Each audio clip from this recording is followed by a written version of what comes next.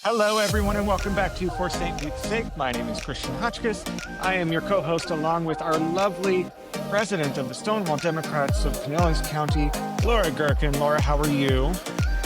Hi, Christian. I'm doing pretty well today.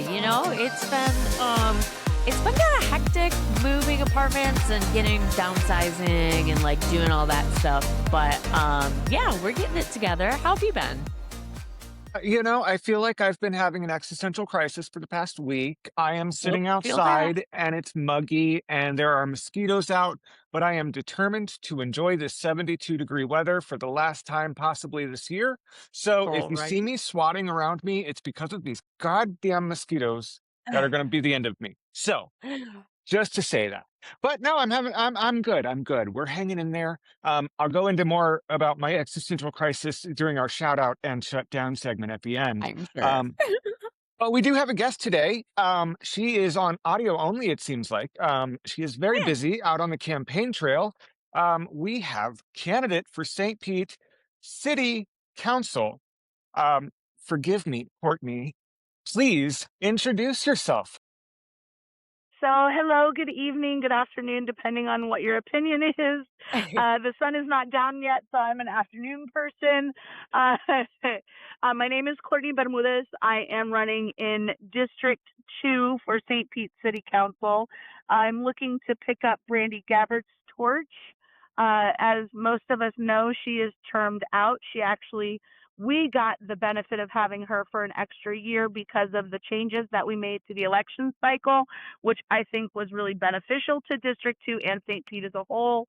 And she is now running for mayor. So I'm looking to pick up her torch and hopefully continue running with it and continue to affect some positive change in St. Pete. Awesome. Now, Fantastic. just for those of us who are newbies or maybe are listening outside of the St. Pete area, can you describe where section 2 or section district 2 what that all encompasses? Yeah, for sure. So, for those of us who do know the peninsula, I'll give you neighborhood names and then I'll kind of go geographically. So, we're looking as far north as the Howard Franklin Bridge and as far west as Feather Sound. And then, of course, we end at the bridges on the east side. And then as far south as just barely into Snell Isle, I believe. So geographically, when you look at the peninsula, you're looking at the upper right hand, the northeasternmost kind of crescent of St. Pete, if you will. And we also happen to be the northernmost district in St. Pete. Okay, cool. Fantastic. What are some special every district has their issues. I'm down here in South St. Pete, like South St. Pete. So we've got, flooding and then food deserts and stuff like that. What are some of the big topics that are popping in District 2 for this race? Definitely storm preparedness and hurricane mediation. So before and after. That's I think anywhere on the peninsula, unless you're in the high grounds of the peninsula, as it were in Florida. High grounds in Florida are going to be different than other places in the country, but we know what we mean. Uh, Other than those places that are pretty central to the peninsula, we're definitely looking at storm preparedness and recovery. But aside from that, we do employ 10% of St. Petersburg, right around 30,000 people in our big companies, Jabil, Power Design, FIS, who, by the way, is getting ready. From what I hear, I haven't done a lot of research. It just got brought to my attention today. Maybe moving out of Florida altogether, which ouch. So that I used to work at FIS. I worked there for 5 years. That's a lot of people, let me tell you. Yeah. We also have Raymond James, Franklin Templeton, Champs just moved in. We have a number of property management companies. I don't know if people are aware. I'm full of all these useless facts. Um, Florida has one of the highest concentrations of condominium and homeowners associations in the country, which, I mean, if you think about what Florida is, it makes a lot of sense. We also have co-ops, which are going to be like your mobile home parks and things like that. We have a huge density of COAs and HOAs in District 2. So affordability and job stability is a huge thing for district. Perfect. Yeah. Well, and those are definitely across the board for For the real. yeah. Yeah, absolutely. Well, you mentioned your the current city councilwoman that we have there, Brandy. Give us some insight about what you learned from her and her time in office, and what you're hoping to keep going from her, what you're hoping to do a little bit different from her. How is this, if you win, how is your term going to be? How is your term going to shape out realistically, differently or the same as what Brandy's done for us? Well, Brandy and I are not the same people, so of course not everything will be the same, right? Right. Absolutely. But Brandy and I definitely line up on, I would, a large portion of our ideals, as far as being LGBTQ allies. I'm not just an ally; I'm a member of the alphabet soup. I I just refer to ourselves as alphabet soup. It's less syllables. Yeah. Yeah. Uh, Brandy was the spearhead, if you will, for the rainbow bike racks that we have, which I thought was an awesome project. Hmm. I felt like it was kind of like, all right, the state wants to come take our crosswalk. We're going to paint the sky with lasers. We're going to paint everything else we can with rainbows, and we're going to do it, and we're going to be proud of it, because that's who St. Pete is, right? We're like, we are who we are. Take us or leave us, but don't stop us from expressing who we are. And when you try, we're going to find another way, Hmm. right? Which I think is really part of the vibe of St. Pete. We're really proud to just be who we are. Um, so that's definitely one thing that I plan on continuing, is that allyship between the city and the alphabet soup community. Brandy has been a huge portion of the District 2 master plan, which of course has storm preparedness. It talks about transportation, it talks about affordability, et cetera. She is a proponent for uh, responsible growth and responsible modernization of the city. I think we both understand that. I think all of us really understand that we have to modernize as a city and we have to grow as a city. If we don't, we will fail. That's just a fact, right? But we can do it responsibly, and it is our civic duty to do it responsibly. So one of the things that I've been doing to that end is I've been speaking to developers like John Barquette, who are some of those people who do have that mindset to develop responsibly. We're going to have to, if FIS does move, it's something that I'm going to research. But if that does happen, FIS is a huge campus. We have to figure out what to do with that area. And we need to figure out also what to do with the people who may or may not be displaced by that. When I worked with FIS, I did have the benefit of working from home, because I went in right before COVID and was right through COVID, so they transferred us to working from home. So hopefully, a large number of those people locally won't lose their employment. But if they do, what do we do about that? Right. The other thing that I really want to concentrate on in District 2, that I'll be picking up the torch from Brandy on it, and I've complained about when I was working at FIS, was why is it that I work for this giant company in this beautiful district and Mm. I cannot afford to live here? Girl, Why yes. do I have to commute? I lived downtown, and why is it more affordable for me to live downtown than it is That's for me to live in crazy. District 2? This is insane. Now, granted, I was living in 535 square feet, but Yeah. but Yep, that's a yep, yep. downtown apartment, right? That's the lifestyle I wanted at the Right. time, and I lived it, and I'm glad I did it, and it's part of what made me fall in love with St. Pete. And now I'm a homeowner, so I moved to a place where it made more sense to own a home, because I can't afford a $12.5 million high-rise apartment. I mean, come on. Yeah. You gotta have it under the couch cushion You somewhere. know, it's probably between my couch cushions somewhere. You come over, help me find it later. I will. But those are the things that I really, really want to take a look at. And I really also want to make sure that we are encouraging not only preserving the environment that we have, that's what makes Florida beautiful as a state. We have this amazing natural environment, and we are in danger of really ruining that if we fight against Mother Nature in these hurricanes that we have to live through. I think we can work with her. And if you ask any naturalist, if you try to fight Mother Nature, you are going to You're lose. gonna lose. Yeah. Every time. She She will wins. get you. Yep. So one of the things that I've been looking at for District 2 specifically is what a mangrove forest would do for slowing down floodwaters. And the accidental impact that that mangrove forest has is to create a natural estuary. And flamingos are coming back to Florida. They're in South Florida. So if we were to create that estuary here, would we encourage those flamingos to move up here too? It would make a home for the spoonbills and these beautiful animals that we have. Maybe we can get the manatees to come back. These are all things that I'm looking at that are going to keep me very, very busy for 4 years. Yeah, absolutely. And I kind of want to dig in on a couple of these things that you mentioned because I'm really happy to hear almost everything that you mentioned. We'll take them one at a time. The first thing I want to talk about is the growth.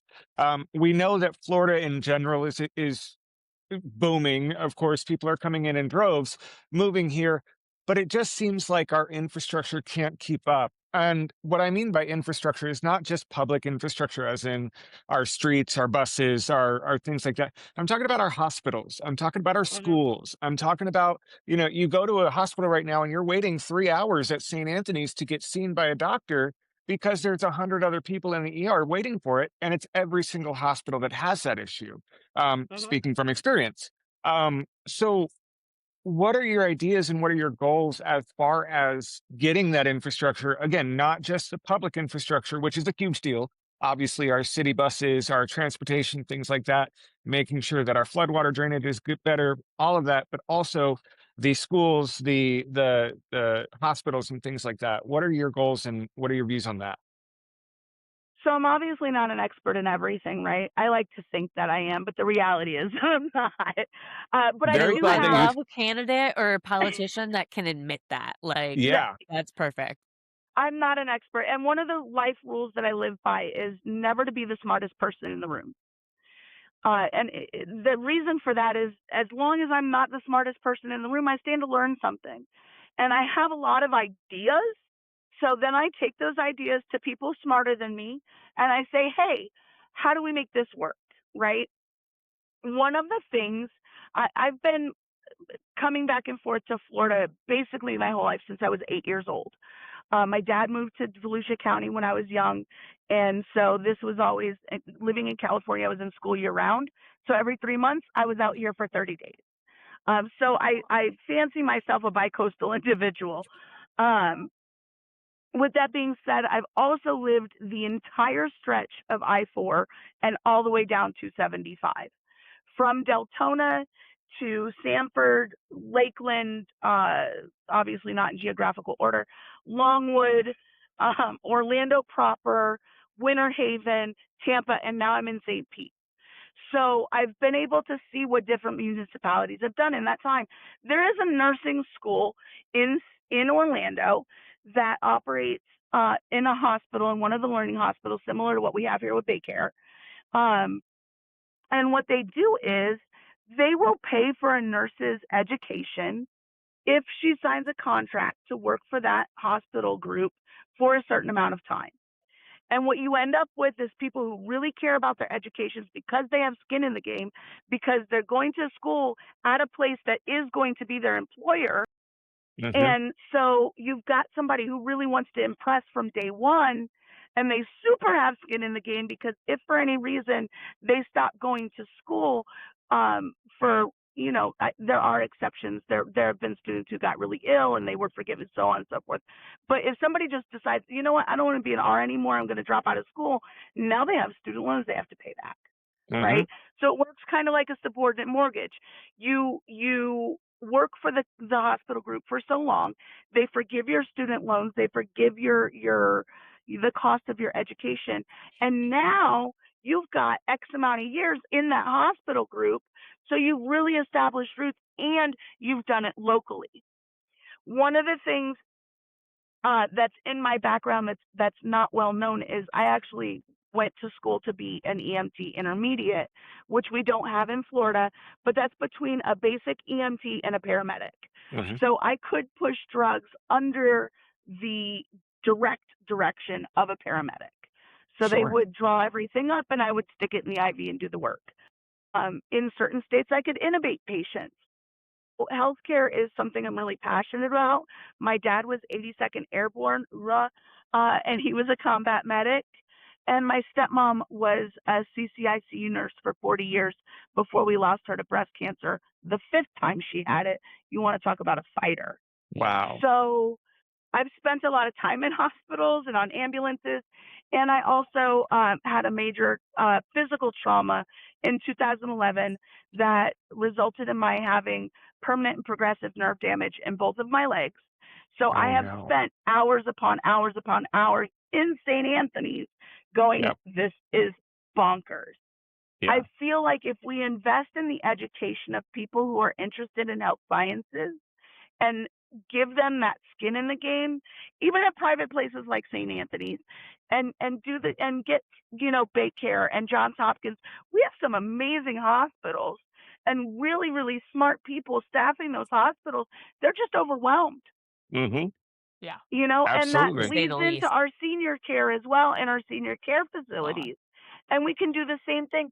We can breed really great healthcare workers here and then give them a reason to stay. So Absolutely. that's one of those things that I'm going to be taking to people who are smarter than me to see how we can make that work. Yeah. Absolutely. I mean, and you mentioned that your stepmom was a nurse, and I want Laura to get in here a little bit in just a second, but I want to mention that my mom's a nurse as well. And one of the things that I talk to her about often is the nurse to patient ratio and how Yes. insane it is in some of these hospitals. She's at a hospital, she's on a med surge unit, and her nurse to patient ratio, she's got 7 patients to one nurse. And even Insane. the charge nurses have between 5 to 7 nurses and still are charge nursing on the floor. So it's absolutely an issue across the board. We definitely have to look into that, and that's a great idea. And one thing I want to kind of tap onto that is also in the education field, which I know you don't have so much to do with the schooling. The school board is completely different, but maybe it's a way that you could work with the school board. Hernando County actually has this great program where a person with an associate's degree who wants to become a teacher will sign a contract similar to the nurses at that training hospital. They'll sign a contract with the school board in Hernando County. They'll finish their schooling. The county will pay for it while they're actually in the classroom teaching. So, again, just another way that the different positions can work together. So, just my little 2 cents there. But I want to get You're Laura. absolutely, and I'm sorry, Lori, while he's on that thought, Oh, you're go ahead. absolutely correct. And that's why traditional 4-year college didn't work for me. I'm a kinesthetic learner, meaning I need to put my hands on it to be Hmm. able to learn. When we do things like that, do you want to talk about quality teachers who can, while they're educating, from learn from doing and Hmm. from people who have been doing it for a long time. Hmm. What we end up doing is we breed that quality that we're looking for, and that leads me into I actually have a virtual town hall coming up with Kurt Camponi, who is running for for the school board, because although I am a person I'm a fur baby mom. I don't have human babies, and I will Same. not have human babies. Same. Word. I think one thing that's lost on a lot of people like us, Christian, is that when we are too old to take care of ourselves, the kids in elementary school and middle school and high school now are going to be responsible for our Social Security, our Medicare, Mhm. our senior care, all of these things. So it is our duty to educate them now so that we are taking care of ourselves in the future. So that's why Absolutely. I'm doing that virtual town hall, which I'm sure we'll plug my social later, but the link Yes. will be there. Yes. Yeah, so if I recall from meeting you at a couple of events, you are originally from or spent some time in like the New York, New Jersey area too, correct? So my mom was born and raised in the Bronx. She is first generation. My grandparents are Puerto Rican. Well, we're all Puerto Rican, but they came from Puerto Rico.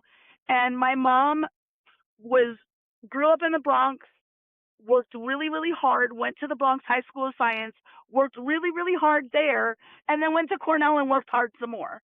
Oh, And Wow. while she was at Cornell, I showed up. So I was born in upstate New York, and funny how life is full circle.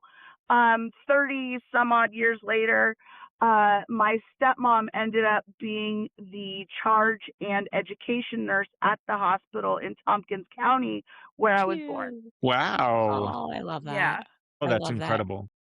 yeah. So part of the reason I bring that up is I'm and I do, I'm not going to make you comment one way or the other on the mayor of New York, Mayor Mamdani, but he does have a new policy that he's working with Governor Hochul on, and I know that like obviously us working with the governor, current governor is like anything. But one of his tax proposals that they're working on is the pied-à-terre tax on luxury second home. Mhm. So that is something that I am like bringing to all the city candidates. Like it's like the way they're proposing it for New York City is it's second homes only over 5 million. So like you don't live there and it's over 5 million. I would because as much as we love to have like these ideas, all of these ideas cost money, Mhm. and and realistically with the Rays possibly leaving in the next 2 years, that's gonna be a hit to revenue in the city. I would love to see something like this, like, tossed around our city hall because there is so much high like you said, the cost of living is so high down here, especially in downtown. If you wanna have, more than a couple 100 square feet, and a lot of these are second and maybe third homes for people. That's just something that, like I said, I know I'm not sure how familiar you are with that proposal, but like that's my little thing that I'm throwing out to all of our candidates. This, right?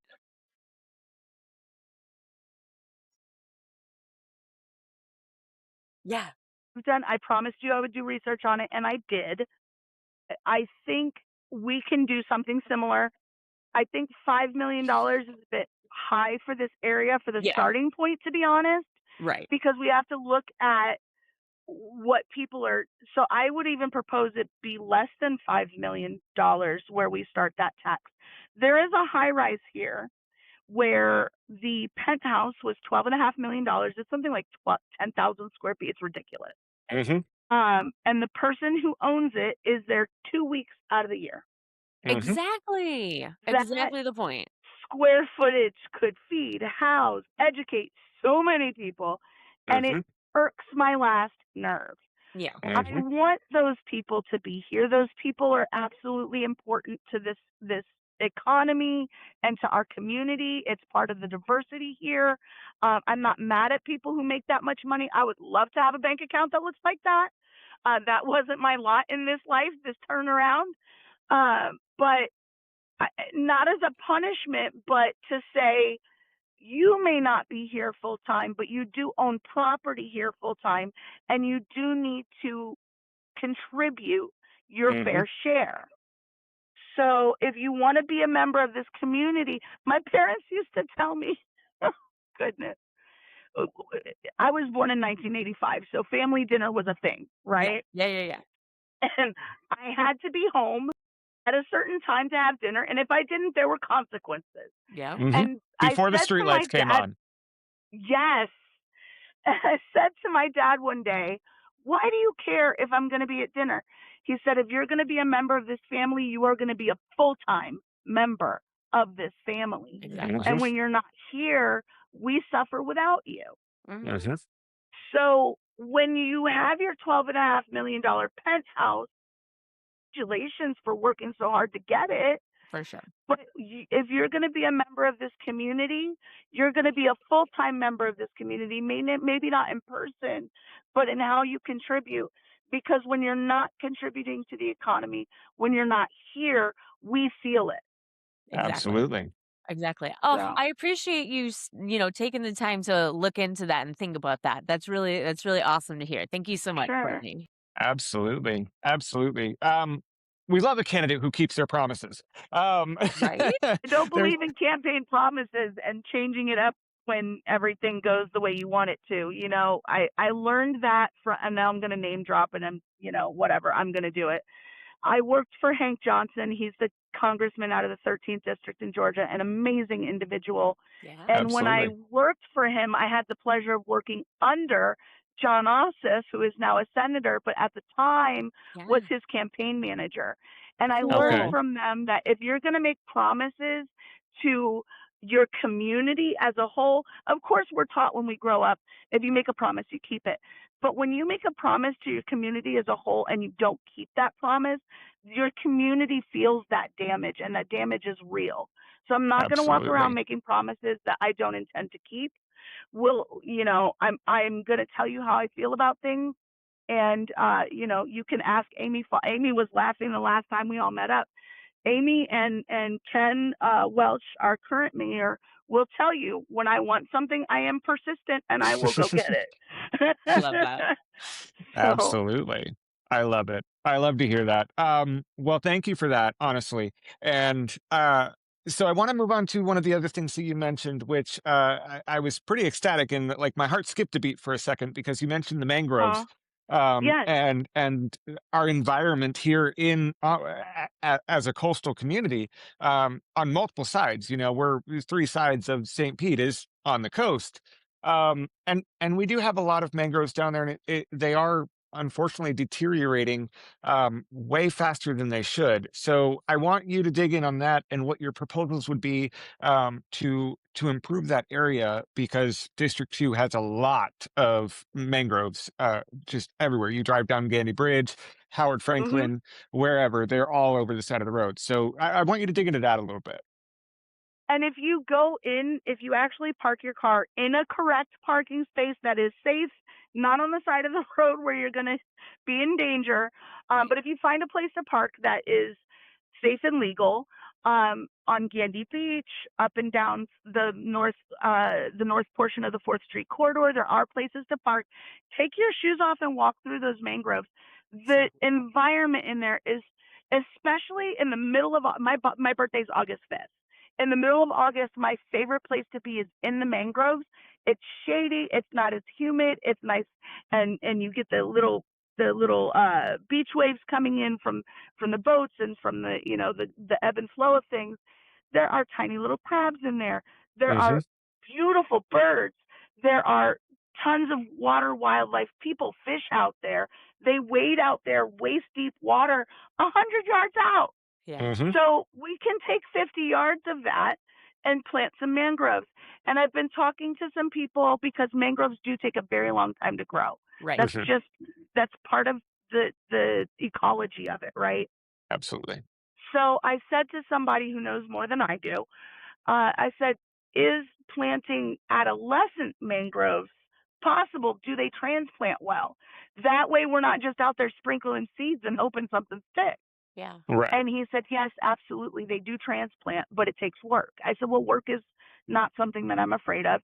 And if I have to get out there with a botanist or with a contractor or whomever and dig these things, the holes on my own, I will do that. I'll come out and help. I don't have a problem with it. I'll call Brandy. You should have seen her after the hurricanes. This woman was a one-man hurricane team. Um, and I will call my friends and my family and I'll say, you know what? Let's take the weekend this weekend, take a couple hours during the least hot hours of the day and go plant some trees. Let's go do it. Absolutely. I'm not a hands off individual. So I was also talking to some of the engineers at Power Design when they had the District 2 Master Plan meeting. And I said, is this something that we can do? Because the seawall is ugly and Hmm. it's not going to help anything. It's only so tall. It's stationary. We weren't ready for the storm surge we had. So even if we had a seawall, it Right. wouldn't have mattered. But Yeah. if we had more mangroves, it would have slowed Right. that water. The water still would have come, but it would have slowed it down. It would have given us more time, and Hmm. those minutes that we would have had would have been invaluable. Yeah. So Absolutely. Minutes that's hugely matter definitely in those something that I want to situations. look at, and it's something that I've been told is possible. It's just going to take some planning. Yeah. Yeah. Absolutely. Well, I'm really glad to hear that. Like I said, my heart skipped a beat because that's like a really big deal in my mind. And I love to hear that you're willing to get out there on your hands and knees and do it because I'll be right there next to you. I promise. You call on me anytime. We'll do it, Christian. Yeah. What about you? You gonna come with us?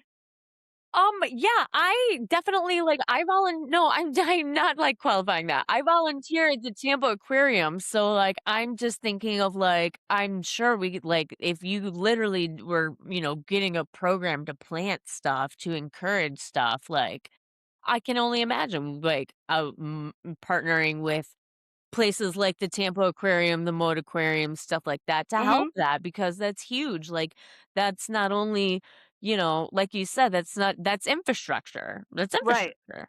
Right. Absolutely. And it protects the existing infrastructure that we have as well.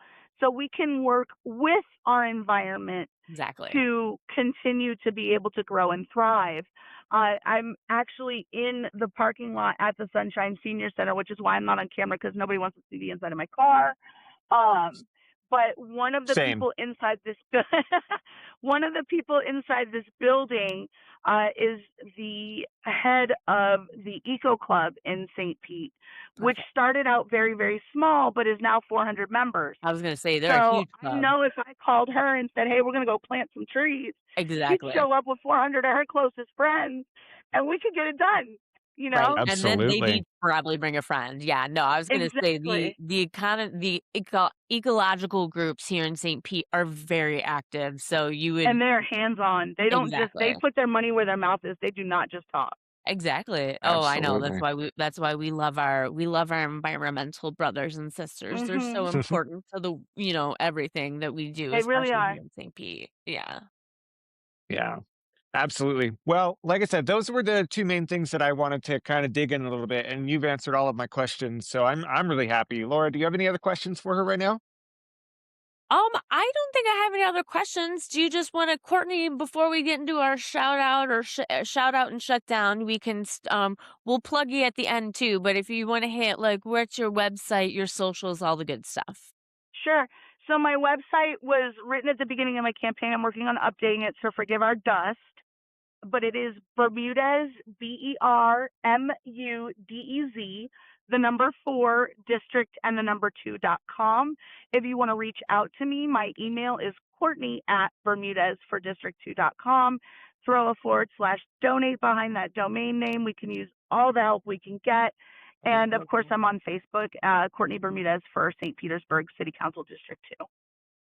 Perfect. And we'll be Absolutely. sure to tag you in the show notes and get those links in the show notes. So if anybody wants to get connect with Courtney through her Facebook or her website, click, click, click.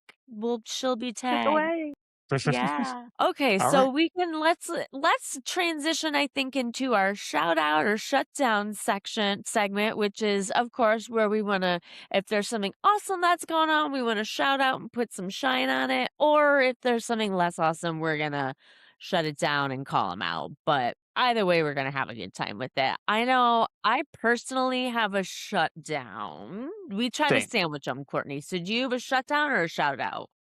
I could go. I have both in mind, so whichever way you want to sandwich, I'll Okay. be here. How All about right. you? So we all have a shutdown. Let's start there and then we'll end on your shout out. There we go. That's a Sounds good good. idea. Laura, do you want to go So first or I'm do you want me to starting. go? So I'll you guys start go with first. my shutdown, and Yeah. then Courtney, we'll end with you so you can do your both. Okay. So my shutdown actually, I feel bad because this is a repeat, but it's just gonna continue. I feel like my shutdown is to Supreme Court Justice John G. Roberts and his hatred for the Voting Rights Act. For those who don't know, the Supreme Court basically struck down what was remaining of Section 2 and what remained of the enforcement provisions of the Voting Rights Act. Mhm. That is why Louisiana just was it Louisiana or Mississippi? One of them just like the governor said, "Oh, you guys are voting? JK, we don't care. Stop. We're redrawing the maps while Mhm. you're voting." Like Mhm. this is Jim Crow. This is Jim Crow. John J. Roberts, I'm sorry, Supreme Court Justice, you and I have so much beef that it's gone back years. You brought back Jim Crow. And as a, queer woman in the South, thanks. So, Yeah. Yeah. It's actually disturbing how easily it happened. And it's not just Louisiana, it is Mississippi, it is Tennessee, it's Florida. yeah. All of Oh these my gosh, states, Florida. they are absolutely redistricting and they are going to cheat their way through this midterm. But I'm still holding out hope and I'm still holding out faith because I know a lot of people are pissed off right now. And as much as they cheat, we're going to do everything we can to get people to the polls and make sure that they still don't win. So, Well, and as much as they want to do this, it makes stuff like local government, like city council races, even more important. So just absolutely. tune in locally, y'all. Absolutely. So that's part of my existential crisis that I talked about at the beginning of the show. Oh, I But kind of had a feeling. the my shutdown goes to these MAGA hardliner people in power.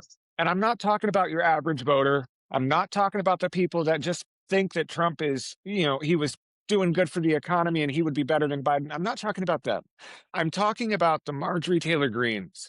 I'm talking about this whole group of people in power who rode the coattails of Donald Trump and his first term, who got in power, saw the damage that this man could do, and still decided to stick with him. And now are coming out against him. Marjorie Taylor Greene just bought a house in Costa Rica for $5.5 million. Meanwhile, we're still paying her as the American taxpayers because she decided to quit Congress 3 days after her lifetime pension went into play.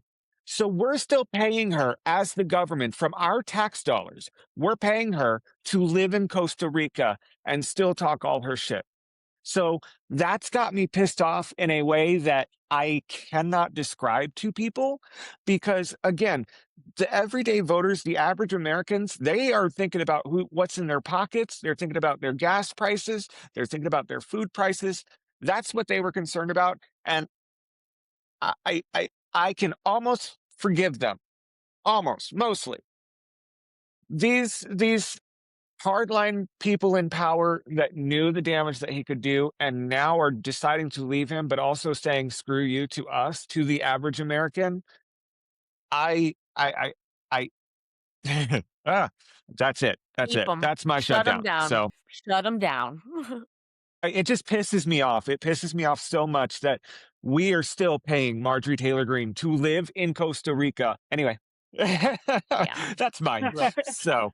Christian, I feel the burning in my chest. Yeah. Yep. All right, Courtney, go ahead.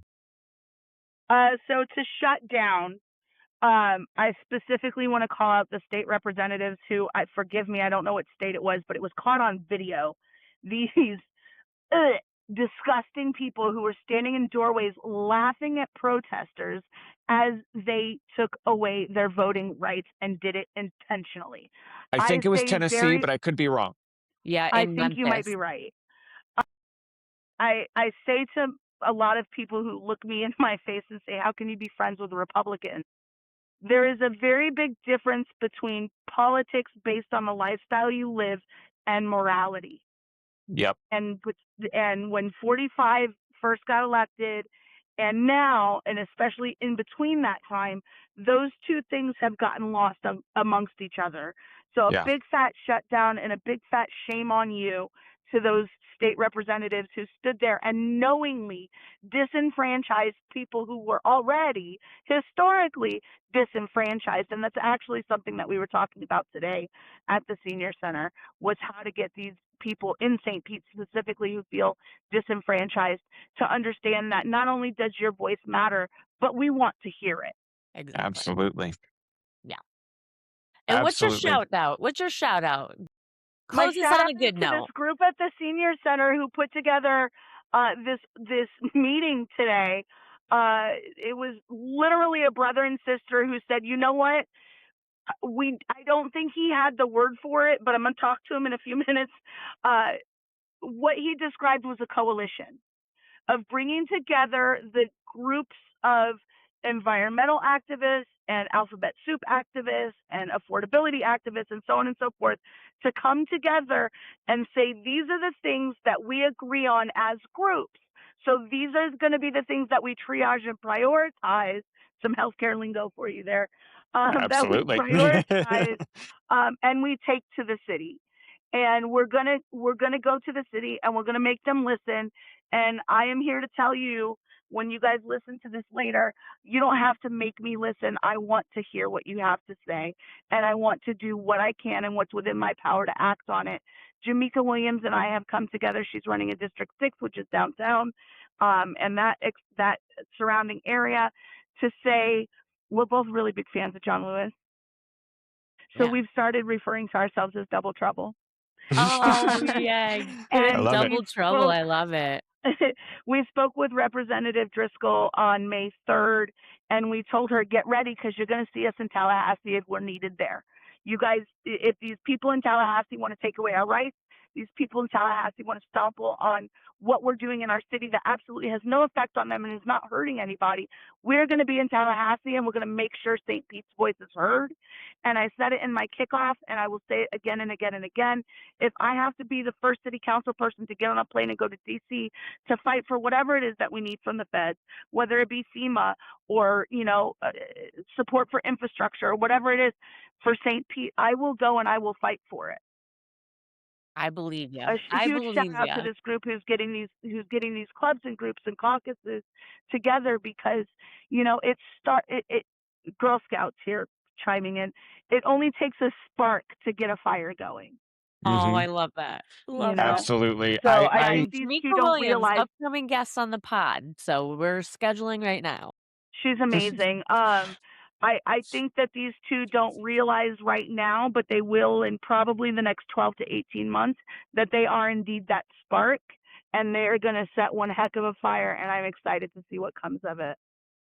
Yay. Well, That I sounds love to awesome. hear this. I thank you so much for coming on, and I want to say thank you for your passion and for how in depth you've gotten, and just the way that you speak and the ideas that you have, and the fact that you said, I don't know everything, so I can't answer that directly, but I'm going to surround myself with people who do know those things and do have answers, and I'm going to work with them to do better. That's I cannot tell you enough how much I appreciate that. So thank you for Well, coming here. Thank you for talking to us. Thank you for being real. And I can't wait to see what your campaign looks like, and I can't wait to see you win in November. I really hope that we're successful in November, and I hope that I can leave a legacy of affecting some major positive change for our community. Absolutely. Absolutely. And so for one more time before we hit the outro, it's Courtney Bermudez on Facebook, and it's Courtney Bermued. DEZ. So think the island, Bermuda. And off air, I will tell you about Bermuda and how I'm connected. But yes, it's BERMUDEZ, the number 4 district and the number 2.com. Throw Courtney in front of that. That's my email address. I am more than accessible for you. My phone number is on the website. It rings my cell phone. Call me day or night. I'm a property manager, so I don't sleep, and a candidate, so I extra don't sleep. Um, Yeah. and then, of course, Courtney Bermudez for St. Pete District 2 on Facebook. You can find me. Jamika and I follow each other. So if you follow Jamika or the Hispanic Caucus or any number of the clubs that I had to give up my seat on to run for this race, you will find me. And of course, you'll see me around town. But I want to give you guys a huge shout out too for having this podcast and having me here, because what you do really gives St. Pete a voice, and we need that as community leaders. Thank you. Well, thank you so much. We're super happy to do it. We love to do it. It's super Yeah. fun. For me, it's just fun to get to meet and talk to people about all these fun little issues. So thank you again Yeah. for coming and spending multitasking your time with us tonight. Absolutely my Absolutely. pleasure. I can't think of a better way to spend my time. Awesome. Awesome. All right, listeners, please remember to like and follow us. We're on Facebook, Instagram, TikTok, YouTube, and Substack. App for St.Pete's sake. Subscribe to the podcast wherever you download, and be sure to leave a rate and review to help promote us on the algorithms. We'll be back next week with more stories from the people doing the hard work to make our community better. Until next time, for St. Pete's sake, keep pushing for change.